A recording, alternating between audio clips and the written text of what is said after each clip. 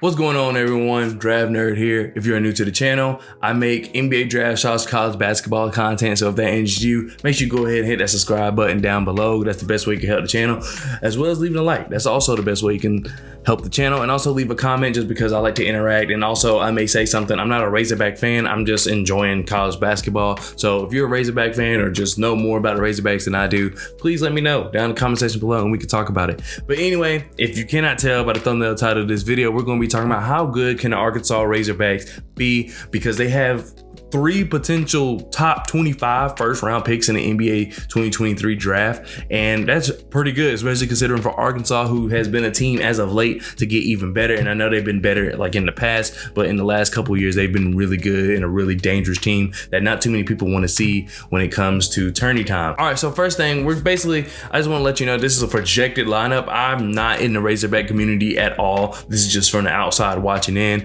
And this is what I think the starting 5 could be. I have no idea, so please correct me if I'm wrong. But when you have 3 guys that could be in the top 25, I'm assuming they're all going to start, even though their play styles may be similar. But we're going to get into that. So the first guy, I'm going to go in order for the 3 guys. I'm going to go in order for like potential where they're drafted. So you have Nick Smith Jr., who's like kind of like a combo guard, athletic combo guard. He's projected to go like 4th or 3rd in the NBA draft next year, and he's a very talented guy, super athletic, plays 110% all the time. He's active on defense. I'm not saying he's gonna like lock up your best offensive player, but he's a guy that he's not gonna make it easy for him. He's gonna make it a rough time for him down the court, just because he has quick hands and he's quick himself, always looking to get in transition. He's so quick and fast, you can't stop him from running from the 3-point line all the way to the rim and then dunking it. So Nick Smith Jr., I think, is going to be a valuable piece to this team. There's a reason he's number 3. It's just because the pure athleticism and just the way he just loves to play basketball, you can tell. And I think that goes a long way, and sometimes it's forgotten when it comes to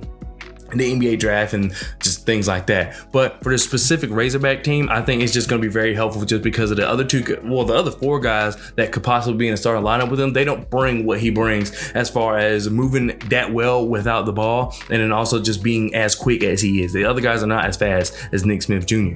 And also another thing about him is that he can penetrate the defense and kick it out, which other guys on this team can do that, but like I said, it's just not as quick. That's one thing that's just going to be really important with Nick Smith Jr. is just how fast he is and how dangerous that can be. We've seen it with guys like De'Aaron Fox, John Wall, Ty Lawson even. These guys who are really fast and know how to kick the ball out, they become very dangerous. So in college basketball, I feel like that's just huge, and Nick Smith definitely brings that. All right, so the next guy we're going to talk about is Anthony Black, a 6'7" point guard. I believe he was the number 1 point guard in the country coming into this draft class, or well, this recruiting class rather. And there are some things I really like about him. While he's not the athlete that Nick Smith Jr. is, I'm not saying he's not an athlete at all. I've seen him rise up on people.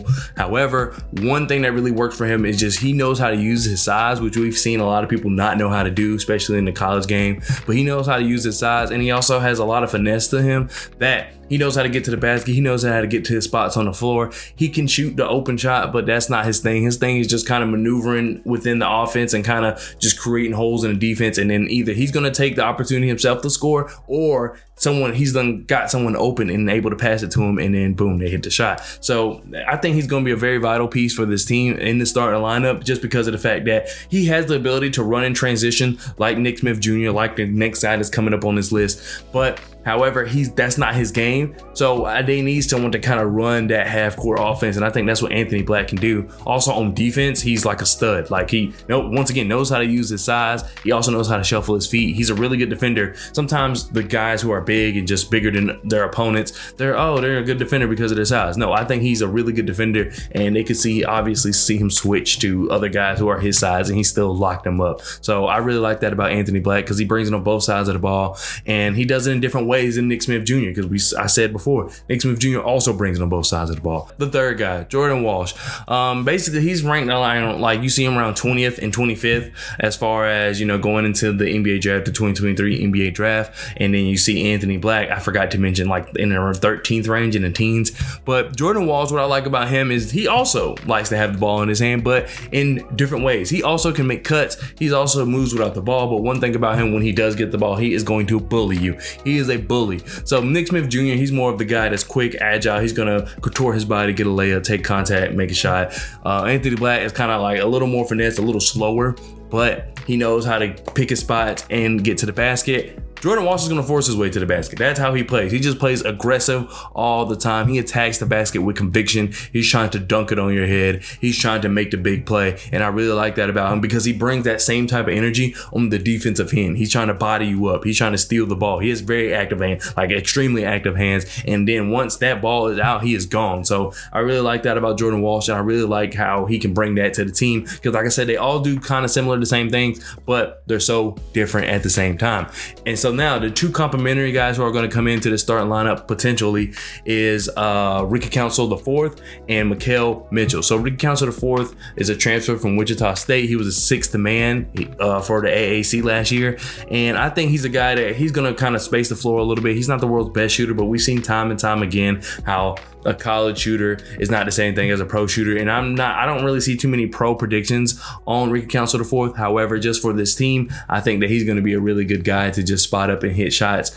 He can also attack the basket as well, but he's a little more, he can do more outside of the paint and outside of attacking the basket. And then also he's a pretty good rebounder for his size. I mean, he's like 6'5", but he gets a lot of boards at 6'5", like 5 or 6 a game. Going on to Mikhail Mitchell, who is a 6'10" center out of Rhode Island. And he actually doesn't rebound that well considering his size, considering his position. However, you can obviously tell that this team, I think the way they're constructed, they play into team rebound. He's not going to be like Armando Bacot and get like 15 boards a game, which is perfectly fine, especially considering how this team likes to run and things like that. They want their starting five or anybody on the court at any time to be able to take the ball themselves and take it up the court, probably outside of the center, which makes perfect sense. But without him being that great of a rebounder, he is an elite shot blocker. He is an elite paint protector. And that's kind of what you need on a team like this. Like I said, you have the guys like Jordan Walsh who can play defense, Anthony Black, Nick Smith Jr., and even Ricky Council IV.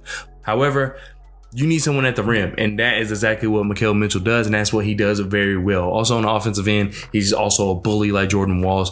He either can dunk it on you or just take contact and hit the layup, but he also has a mid-range game. So not too many bigs we see have mid-range games unless they're like a unicorn or something like that. In college basketball, at least, they usually develop later once they go into the pros. But Mikhail Mitchell right now has a mid-range game, a solid mid-range game at that, and is very consistent. So I think that's going to also help this team once they do have to slow it down at times and run that half-court offense. All right, but that does it for this video. If you're a Razorback fan, please let me know what you think down in the comment section below. Like I said, I'm just trying to tap in and just learn more and more about these other teams outside of my team and outside of ACC, because that's where my team resides, University of North Carolina anyway. But yeah, so just let me know what y'all think of what I said. Obviously, I don't know everything, so correct me if I'm wrong, or if I said something that that you don't agree with. Just let me know. That's the whole point of this channel, is that we're here to create conversation. I feel like not enough people are able to talk about college basketball well, if that makes any sense, unless it's draft time, and even then, everybody just pretends they're like a draft expert. But yeah, so the best way to support the channel is by leaving a like and subscribe if you enjoyed this video. I have more videos like this coming. I like to do, like I said, NBA draft profiles where I talk about specifically a player going from college to the draft, and then also I'll have videos like this where I just talk about college basketball by itself. So like I said, just go ahead and subscribe if you are interested in that type of content. And that does it for me, and I'll see y'all next time. Peace.